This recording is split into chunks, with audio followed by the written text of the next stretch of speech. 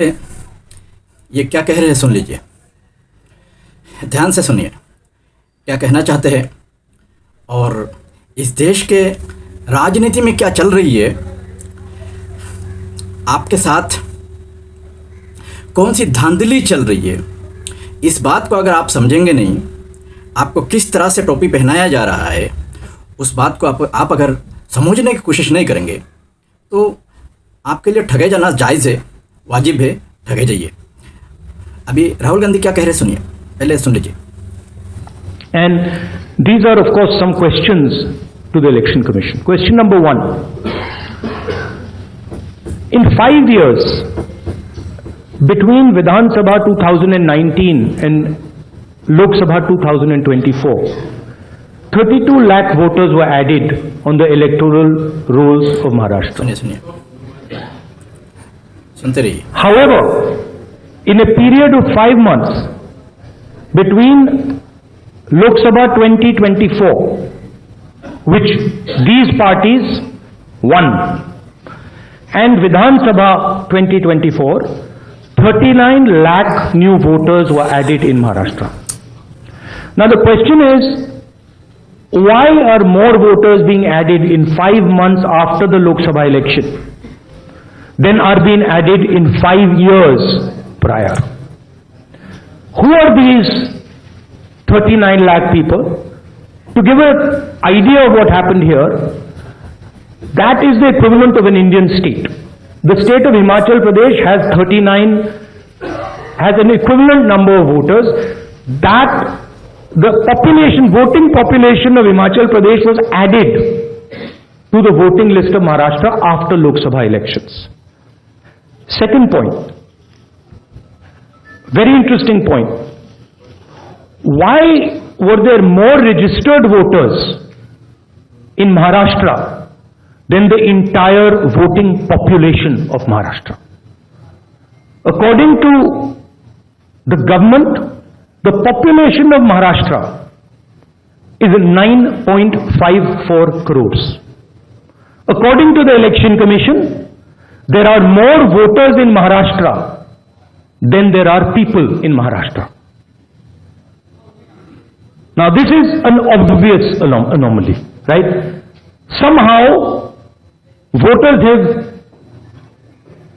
suddenly been created in Maharashtra. The government itself is saying our population is 9.54 crores and the Election Commission has more voters than people in Maharashtra.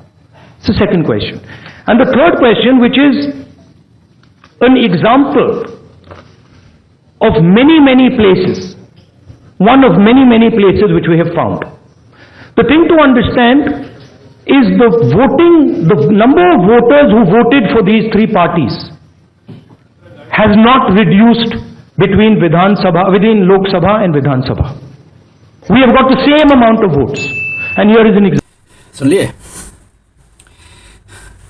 आप अगर समझ रहे हैं, ये लोग विधानसभा और संसद में बैठ के आपके भविष्य बना रहे, आपके मुकद्दर लिख रहे हैं, आपके बच्चों के भविष्य बना रहे हैं, तो आप बहुत बड़े धोखे में हैं।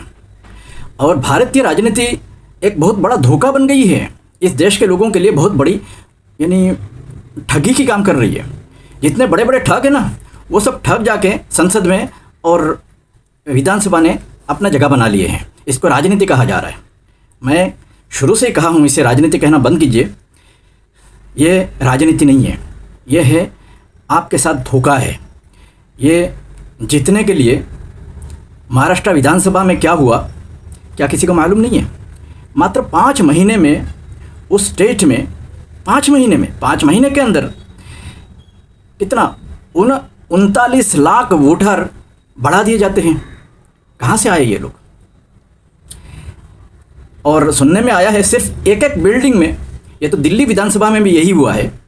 लेकिन ये जो धांधली होता है, चुनाव ये लोग जीत जाते हैं, कुछ भी करके, कैसे भी पैंतरा बना के, कैसे भी आपको ठगीबाजी करके चुनाव जीत जाते हैं। ये जो राजनीतिक दल है, ये राजनीतिक दलों के बाप की राज है, राजनीतिक दलों के बाप की ये है, जागीर है, बाप की देश है। ये लोग ऐसे ठगीबाजी करेंगे और राजनीतिक दलों को पद प्रदर्शन के लिए, राजनीतिक दलों को सच्चाई पे टिके रहने के लिए, राजनीतिक दलों को धांधलीबाजी ना करने के लिए जिस संस्था को बनाया गया, उस संस्था का नाम है चुनाव आयोग। ये चुनाव आयोग कर क्या रहा है?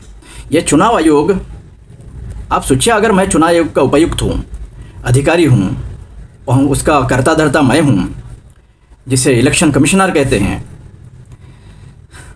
अगर मैं हूँ और मेरे साथ साठगांठ है राहुल गांधी की, राहुल गांधी मुझे अगर 200 करोड़ रुपया दे देते हैं, 2000 करोड़ रुपया दे देते हैं, बोले भाई एक काम करो, जो भी मेरे खिलाफ शिकायत आते हैं उसे सुनो मत, और मैं उसे अनसुना करता हूँ, अनदेखा करता हूँ।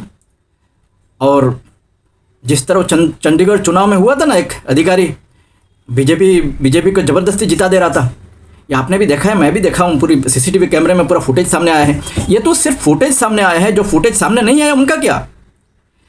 ये धांधली जो फुटेज सामने आ गया उससे आप बात कर पा रहे हैं, मैं भी देख रहा हूँ और मैं बात कर रहा हूँ, उसकी बात हो रही है। और जिसकी यानी करने वाले तो कर रहे हैं, हर जगह कर रहे हैं। ये सबूत है कि वो कर रहे हैं, एक फुटेज से हर जगह कर रहे हैं। लेकिन जहाँ का सबूत बाहर नहीं आया, उसका सबूत निकालने के लिए आपके पास उपाय क्या है? कोई उपाय नहीं है। मतलब उन लोगों ने वहाँ धांधलीबाजी करके जीत लिए। तो चुनाव धांधली करके जीतने के बाद विधानसभा या लोकसभा में सरकार बना लेते हैं और आपके ऊपर राज करते हैं, ये होना नहीं चाहिए। मैं इन्हीं उपायों को, इन्हीं धोखेबाजियों को, इन्हीं ठगी के कार्यक्रमों को जड़ से बंद करने की बात कर रहा हूँ। इसका नाम है चेंज इंडिया मिशन। इंडिया को उस हिसाब से चेंज करना है, यानी शुरू से ईमानदारी, बेईमानों की कोई जगह ही ना हो उसमें। अगर बेईमानों की जगह है संसद और विधानसभा में, तो आप ठगे जाएंगे ज़िंदगी भर। वो धांधली करेंगे, वो अपनी मनमर्जी करेंगे, जैसे इच्छा वैसे आपको टोपी पहनाएंगे, क्योंकि इनका काम है धांधलीबाजी करना, इनका काम है बेईमानी। ये आपको जैसे चाहिए वैसे आपको चलाएंगे। ईमानदार लोगों की संसद में चुनाव नहीं होगा, ईमानदार लोग पीछे रह जाएंगे। ठग, गुंडे, बदमाश, अपराधी जाके वहाँ बैठेंगे और अपराध को बढ़ाएंगे। कोई ये भगवा धोती पहन के जाके मुख्यमंत्री बनेगा और अंदर से वो सबसे बड़ा बेईमान होगा। कोई भगवान राम कहलाएगा, अंदर से वो सबसे बड़ा ठग होगा।